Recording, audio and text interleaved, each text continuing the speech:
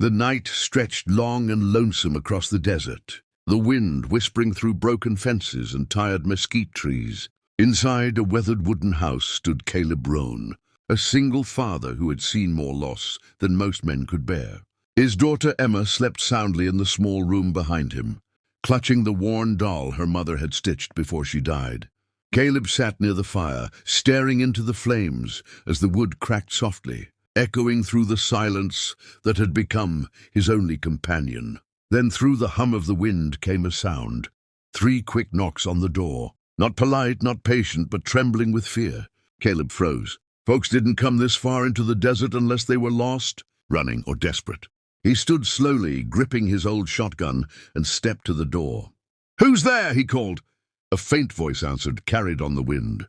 "Please, I need shelter." He opened the door, and the lantern light revealed her, a young woman, her face streaked with dust, her hair tangled by the storm. Her clothes were torn and blood darkened her side. Even in her exhaustion, her eyes were fierce, unbroken. One look told Caleb she was Apache. He hesitated. In those times, harboring an Apache could bring the army down on a man's land. But something in her eyes, a quiet pleading mixed with pride, broke through his caution. "You're hurt," he said simply. She nodded weakly. "I'll be gone by morning. Just need a roof. For one night." Caleb stepped aside. "Come in." She stumbled in, half collapsing near the fire. He set down his shotgun and helped her sit, tearing a strip from an old shirt to wrap her wound. Her breath came shallow, her eyes glassy. "You should see a doctor," he said. She shook her head quickly. "No doctor. They'll find me." The fear in her tone was real, deep. Caleb didn't press further. He poured her water, then sat across from her in silence. For a while, the only sound was the fire crackling and the faint whistle of the wind outside.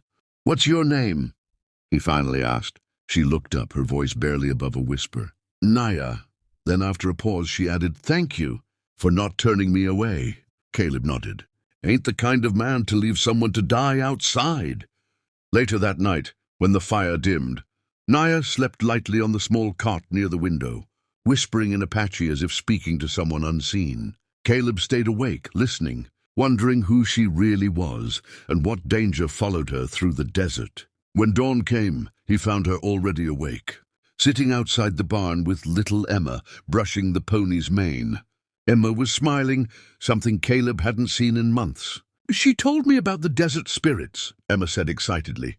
"She says the wind carries the voices of those who came before us." Caleb watched them for a long moment, his heart caught between caution and warmth. But the peace of morning didn't last. On the far ridge, 3 riders appeared, soldiers in dusty uniforms. Moving fast, Caleb's heart sank. He turned to Naya. "You expecting company?" She looked toward the horizon, her eyes narrowing. "They're not here for you." "What do they want?" "Me." Her tone was calm, but her eyes said everything. She stood, steadying herself despite the pain in her side. "If they find me here, they'll burn your home." Caleb clenched his jaw.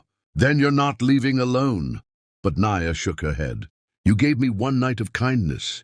That's more than most would. I can't let you lose everything because of me." She turned to Emma and knelt down, pressing a gentle hand to the girl's cheek. "You're brave," she said softly. "Keep that fire in your heart." Then she looked at Caleb, her eyes full of quiet gratitude. "Thank you for letting me be human again." Before he could answer, she slipped out the back, vanishing into the rising sun and dust. By the time the soldiers reached the ranch, there was no sign of her.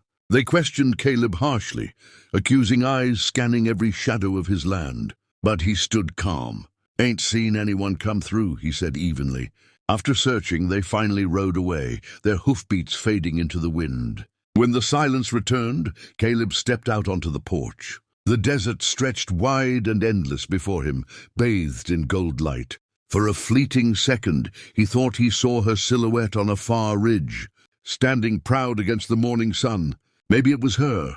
Maybe it was just the wind playing tricks. But in that stillness, he swore he heard her voice again, faint, carried by the desert breeze, whispering in Apache a blessing or a goodbye. And as the wind moved through the dry sage, Caleb realized that one night had changed something in him.